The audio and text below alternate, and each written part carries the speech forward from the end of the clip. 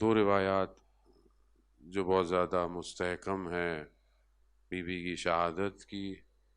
ایک 13 جمادی الاول ہے اور ایک 3 جمادی الثانی۔ مختلف جگہوں پہ بہرحال دونوں روایات پہ مجالس ہوتی ہیں۔ ابھی بہرحال پوری دنیا کے اندر یہ سلسلہ جو ہے وہ کہ پہلی سے لے کر دوسری تک مجالس جاری اور ساری رہتی ہیں، اور بعض علماء اکرام کی نگاہ میں جب ایام فاطمیہ بہت زیادہ معروف ہو جائے تو یہ ظہور کی ایک نشانیوں میں سے ایک نشانی ہے، کیونکہ اللہ صلی اللہ علیہ۔ بہرحال مجالس تو مجالس ہی ہیں ہماری، جیسے ماشاءاللہ ہوتی ہیں، خدا کا شکر ہے، لیکن ہر چیز کا ایک مقصد اور ایک ہدف ہے، اور اگر وہ چیز اس مقصد اور اس ہدف کی طرف نہ بڑھے تو وہ پھر وہ نتائج نہیں دے پاتی جو مطلوب ہیں۔ البتہ ہم سب طالب ہیں اور ہم سب اس مطلوب کی طرف بڑھ رہے ہیں۔ ایام فاطمیہ کا اپنا ایک سٹرکچر ہے، اپنی بحثیں ہیں، اپنی گفتگو ہے، گو کہ جس معاشرے میں ہم رہتے ہیں ہمارے لیے آسان نہیں ہے ان سارے مطالب کو عیاں کرنا، لیکن جتنی بہرحال خدا طاقت اور وسعت دے ہمیں اس کے باطن میں سیر کرنا پڑے گی،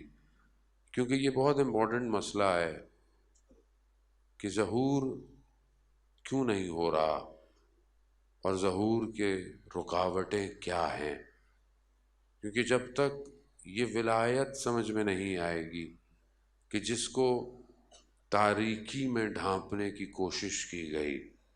اور ایک خاتون نے اپنا کردار ادا کر کے اس ولایت کی روشنیوں کو ہم تک پہنچایا ہے، تو اس لیے بہرحال ہم اس وادی میں وارد ہوں اور خدا میں توفیق دے کہ چند دن جو بہرحال آپ کے درمیان میں ہے، بہرحال ہمارے بعد مولانا صاحب عارف شاہ کاظمی بھی آپ کی خدمت میں حاضر ہیں، انشاءاللہ بہتر استفادہ کریں، متصل ہوں۔ اتصال ضروری ہے باطن سے کہ جب ہم اس مقام پہ پہنچیں تاکہ ہم اس وادی کو سمجھ پائیں کہ وادی کون سی وادی ہے۔ دوسری طرف ایک کہ صرف ہم اپنی طرف بڑھنے کی کوشش کریں لیکن اس رکاوٹوں کو نہ پہچانیں۔ قرآن جو ہے وہ جب ذکر کرتا ہے، انسانیت کی بقا کی بات کرتا ہے، تو قرآن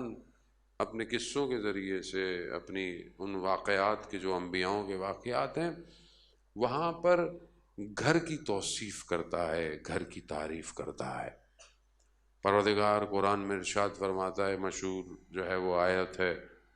فضائل اہل بیت میں کہ فی بیوت، ایسے گھر ہیں کہ جس میں اللہ نے رفعت کی اجازت دی ہے، بلندی کی اجازت دی ہے۔ کتنی بلندی؟ کہا عرش تک کی بلندی کی خدا نے اجازت دی ہے اس گھر کو، اور یہ وہ گھر ہیں کہ جس میں ذکر ہوتا ہے۔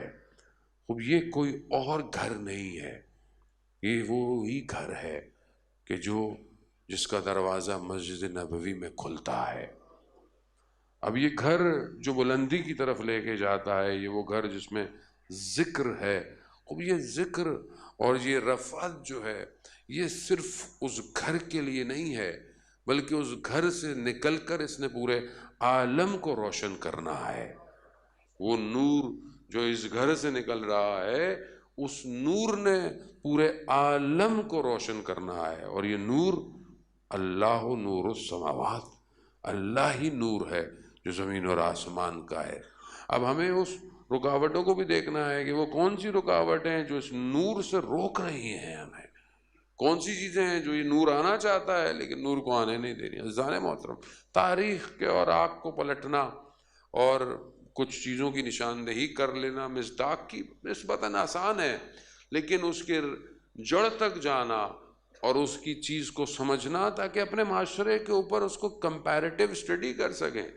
مطلب تاریخ میں یہ ہوا، ایسے ہوا، خوب کیوں ہوا، کیا وجوہات تھیں اور پیچھے کیا ہے جو اس نور کو دبانا چاہتا ہے.